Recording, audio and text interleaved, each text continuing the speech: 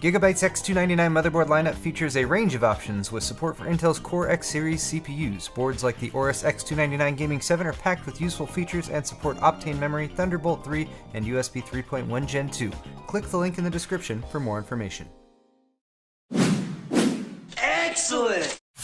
What's up guys, welcome back to Paul's Hardware. This is Arctic Panther build log number 4, and if everything goes according to plan, this is going to be the final build log in this series. Of course, I might do more with this system down the line, and I'm going to do another follow-up video with some actual testing and performance and temperature numbers, but for today, I just have a short list, but an important list of final things to take care of with this build before I can do the final fill and give you guys hopefully some sweet B-roll porn while I actually fill up this unit with this Primo Chill View opaque fluid with the magic inside that makes it look all swooshy and gives it some fancy texture. Beyond filling, of course, though, I have a couple other major important things to take care of. One, of course, is going to be the cable training, which I've done a tad bit of right now with some twist ties. I don't have any proper cable combs, so I'm going to be using some at-home ghetto methods. I have some twist ties on there right now with just the initial shape that they should be in. I might actually do some fishing line method on that as well, but we'll see how things go because I'm limited on space. Finally, one major problem is that as I filled up my reservoir, I realized that the top of it, which I'm not able to tighten down all the way and still have my outlets pointing back, which is where they need to be to get my fill port lined up, it's leaking a little bit. So for that, just gonna add some PTFE tape and hopefully that will seal the leak. Let's get started. I actually had quite a few people ask me how I'm planning to drain this with the drain here at the bottom middle of the case. Well, since I know I'm gonna have this system over in the corner, my plan the entire time has been to sort of position it right here on the edge of the desk so that I can just drain it straight down. So I got a bucket in there.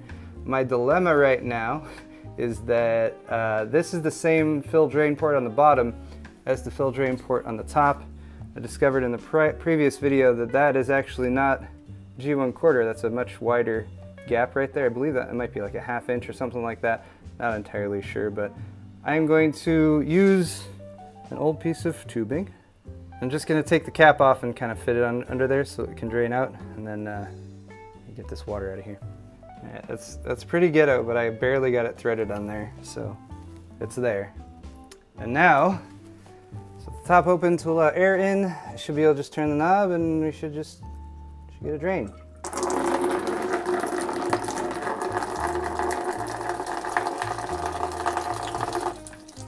Right, we have definite success for the main reservoir over here.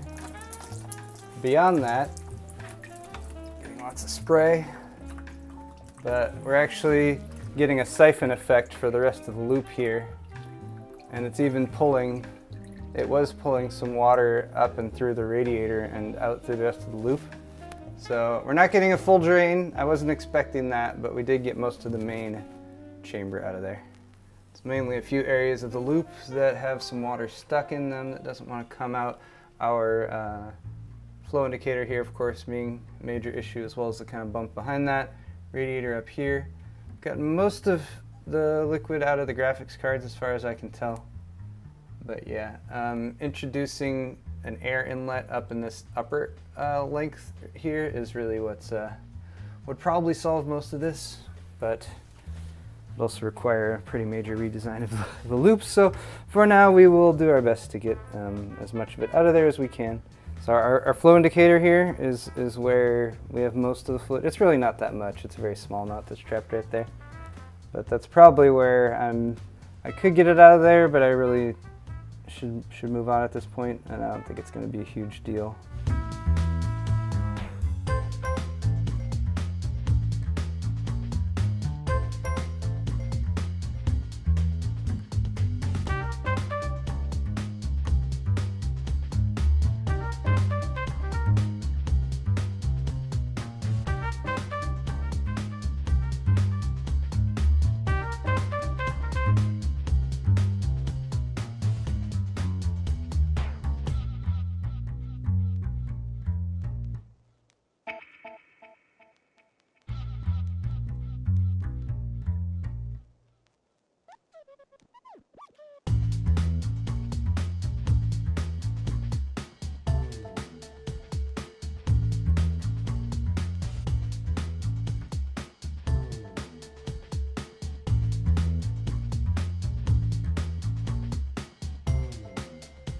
I'm attempting to use the fishing line.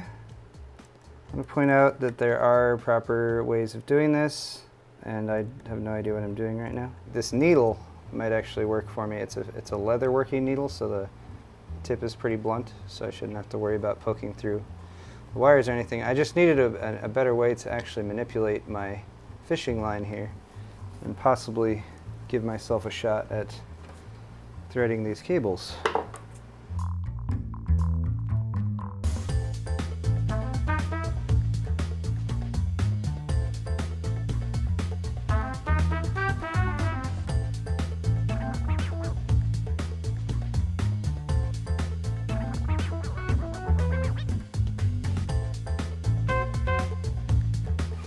So I have given up. I made a brief attempt at the cable threading thing. I might attack that again with a power supply that I have full access to the cables to, but since these cables are already halfway installed, go the old school get-out method of cable training, which is basically to use twist ties because they are flexible and somewhat rigid because there's a wire inside. You can wrap them around, kind of position the cables where you want them to be, and all I'm really caring about is the part of the cable that's poking out there in the front that's visible. So that's all I'm training up right here. Everything else as far as excess cable, stuff that's not as long as it should be, dummy wires, is going to be pushed back here. And hopefully I can leave these twist ties on for a few days, maybe a week. We'll see how long. Pull them off and the cable should stay where I told them to be. You stay. Stay.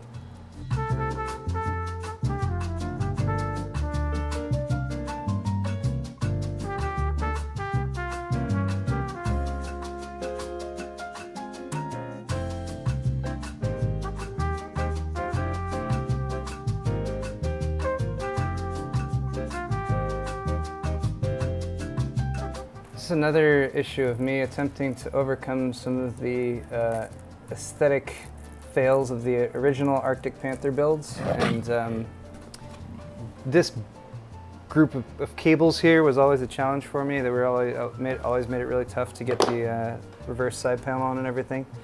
So I don't think I can make this functional, but I'm hoping I can do a little bit more of cinching down and stuff to at least be able to put that side panel on without too much trouble. Can't forget the LED strip. I have a single RGB strip here. It's gonna kind of curve up the edge here, and I've already brought showed that in the last video, how I brought the lead for it over here. Just gonna go around the bottom.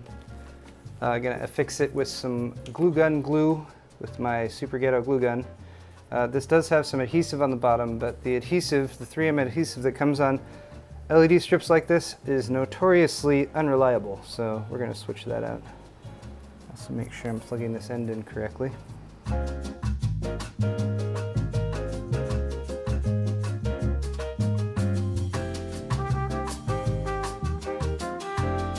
Alright, I'm going to go without the glue gun then. Because honestly, I might want to reposition this a little bit once we light it up and see how it looks. There's also a chance that I might add an extension to this LED and bring it up over here as well. Right now, that is connected to the RGB logo here on the SLI bridge, and then that strip across the bottom. I'm pretty sure I could add the top one as well, because I'm out of RGB headers on the motherboard. Now we're going to fill it again.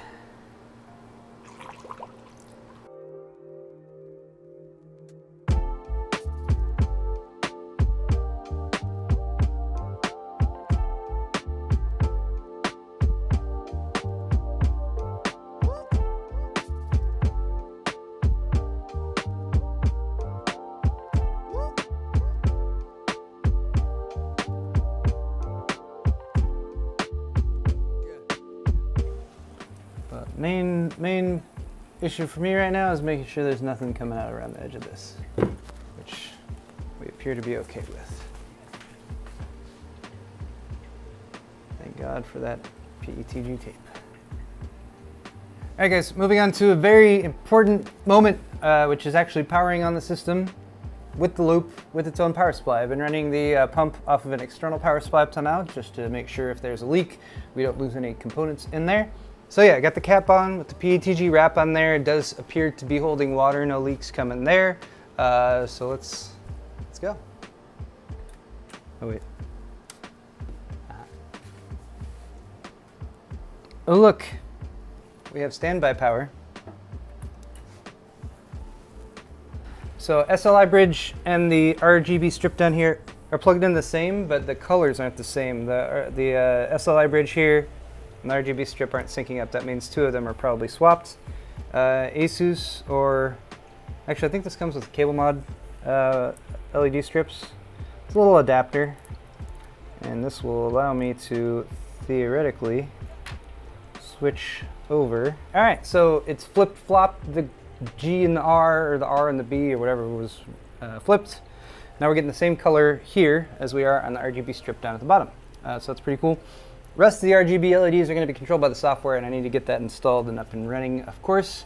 But for now, I think we're to the point where we can actually do the fill with this stuff from Primo Chill, the View coolant.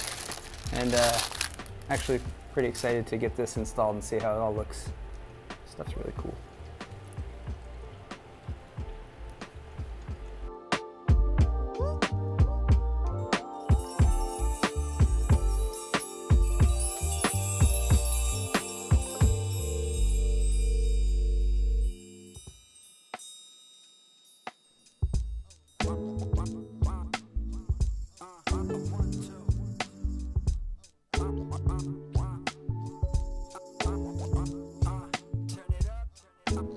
So guys, my fluid has turned blue. That's right, View is now blue, and I have to point out here that I'm using some parts that were used in the previous Arctic Panther build, and that this stuff that Primo Chill sent me is not ready for public consumption yet. This is not the stuff that they're going to be selling when it's finally done. And I imagine white might be a little bit tougher to handle than maybe some of the other pastel colors that they might go with. However, chemicals being difficult to handle when you're dealing with a loop inside a computer with different temperatures and all that, I'm not at all surprised that there was some color shift, although it did happen fairly quickly overnight. We have now a sort of nice ice blue color in there, although if you can tell compared to the original fluid, which is still fairly white since I do have some leftovers. But I do think it is about time to call it quits for Arctic Panther build log number 4, and although there are some aesthetic quibbles still left to be worked out, the actual build is complete and functionally everything is working, even if aesthetically it's not all quite exactly where I want it to be. I have started to remove some of the ties that I used for the cable training over here, and they're mostly staying where they should. I'll probably remove some more of those after a few more days have gone by, and I do some finishing touches, shifting stuff into place. There's a couple other things I might still do, but I think for now, I'm going to leave you guys with the montage of the system as is, because since I do have RGB LEDs in there, and I have gotten the operating system installed and the Asus Aura software up and running, I've also done at least some BIOS adjustments for the fanging speed and that kind of thing. Everything's working really good, so that's good. I might figure out something to do with the fluid at a later date. If you guys have any suggestions for me, leave those in the comments. As you can tell, it just got nice and quiet since the fans and stuff kicked into gear. And I am getting some nice texture out of that View fluid, so I will say that. Even running overnight, it's still staying nice and textury and soapy, or whatever you want to call it in there, so that's cool. It is getting the job done when it comes to the looks department.